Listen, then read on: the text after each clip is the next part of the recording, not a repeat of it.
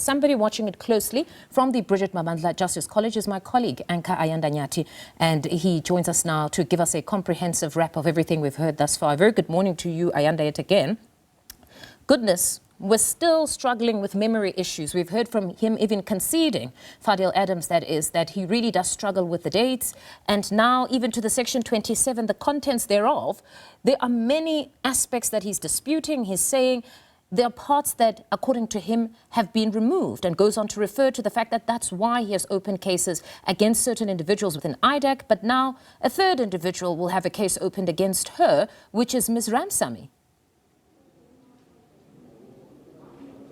That's right, Mfundo. And of course, the question is it genuine amnesia, or is he suddenly forgetting important details because he's realizing he's been questioned into a corner? That is up to the commission to decide. And I already get a sense from Sesi Baloy that she's had difficulties, if you like, believing that suddenly he's able to recall certain things and, in fact, wasn't able to correct them even as recently as this week when he appeared before this inquiry and gave his statement largely unopposed, or unchallenged, I should say. But you've also spoken about something which is really important and which I think is really at the heart of Fadiel Adams' time before this inquiry, and that has to do with that Section 27 affidavit.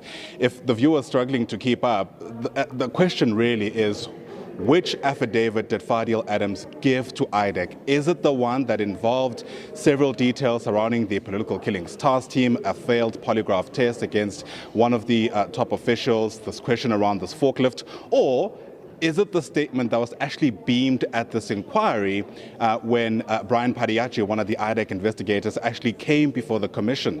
What happened today is that he was presented with the statement that was beamed before this inquiry, and after a few questions, he had to concede that it seems that that statement, the one which appeared before this commission, was altered. Take a listen. In October last year, the people at IDAC, according to the emails that we have seen, were looking for a Section 27 affidavit, and they could not find it.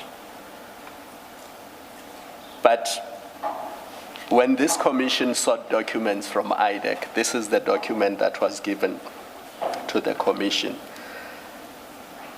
And it raises serious questions about IDAC and you, Mr. Adams. And the question in relation to you is this: did you, after October 2025, sign a Section 27 affidavit and backdate it? No, Chairperson, and you will understand why later. You will understand why later. Yeah.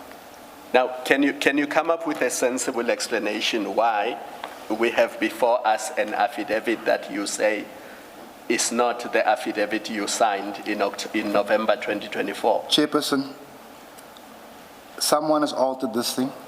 I don't know why. I don't know how. Someone has taken out information that I wanted in here. Information that I'm passionate about. Information that landed me in Pietermaritzburg prison. I can't answer that, Chairperson. So there you have it. On the one hand, Fadiel Adams claims that, in fact, that statement is missing important details, but on the other, he can't explain why his initials are on each page and why his signature is attached to it. Canny Maphanga is our senior reporter watching these developments with us and joins us once again from the Madlanga Justice College. And Canny, this was important testimony. Yes, it was. Good morning to you and to the viewers at home. So the Section 27 referral affidavits, the Commission's in possession of two.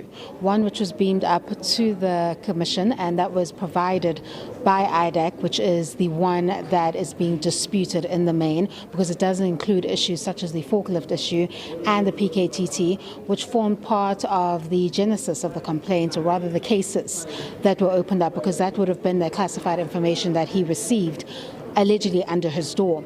And then there's the second one, or rather it's believed to be the original, because that's what Ju Ramsamy and Mr. Rapesu state, that when it was carried in that silver bag that Ramsamy alleged that Johnson kept it in, that this is what she saw, and that in a meeting she quickly slid it to Mr. Rapesu so that he could also get a glimpse of what it said. And that one featured the PKTT quite prominently.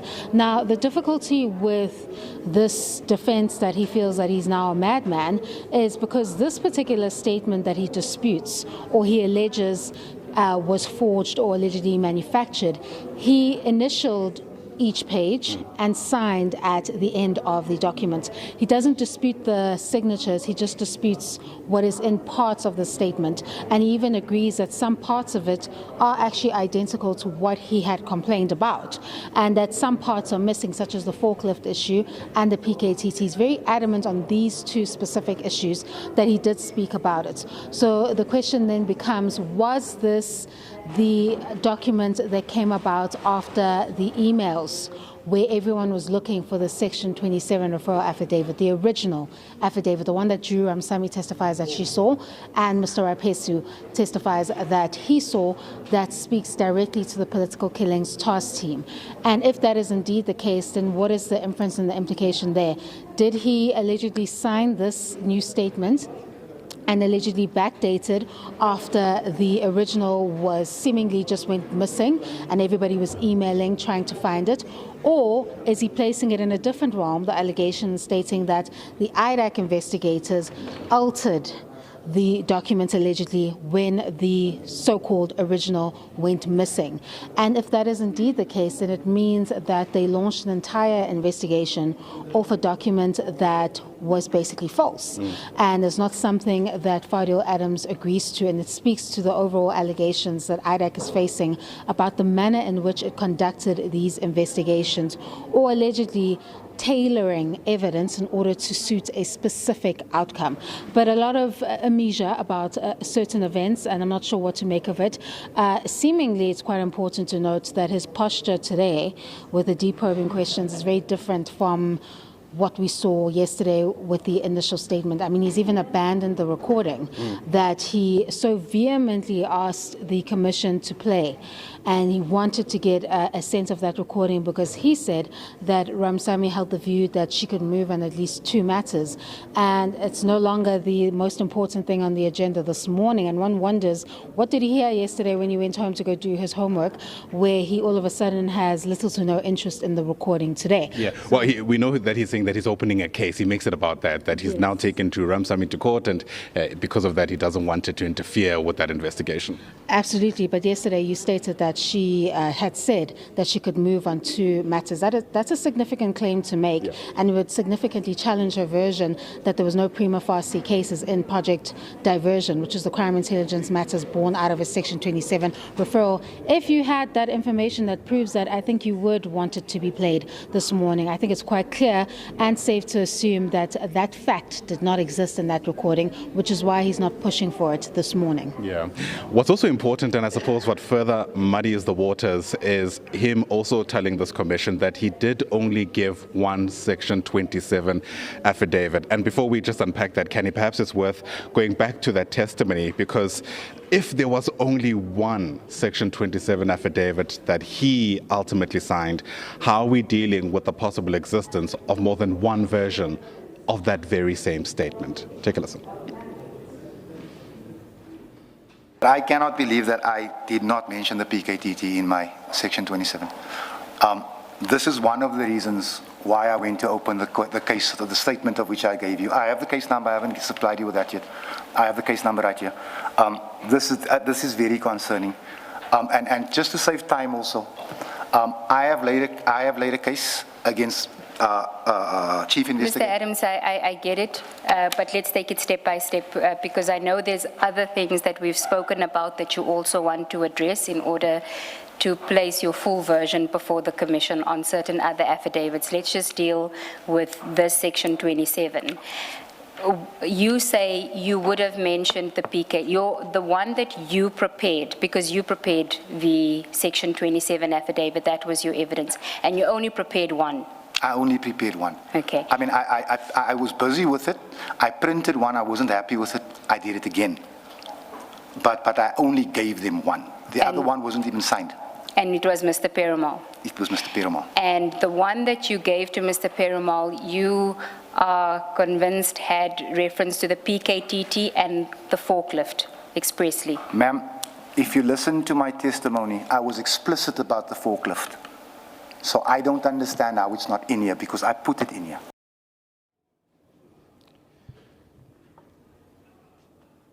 So there you had it, Fadiel Adams saying that there was only one Section 27 referral affidavit. Let's bring Canny Maphanga in once again. Because of this, Fadiel Adams now has more homework to go and find the one that he allegedly typed, which is still on his laptop. And as well as the fact that if you only gave one version and one statement, why is your signature that you do not dispute on multiple pages of the one that was being before the Madlanga Commission? You agree that you initialed it, and you agree that you signed it, and you agree to some of the paragraphs in the statement. You're just saying that there are parts that are omitted.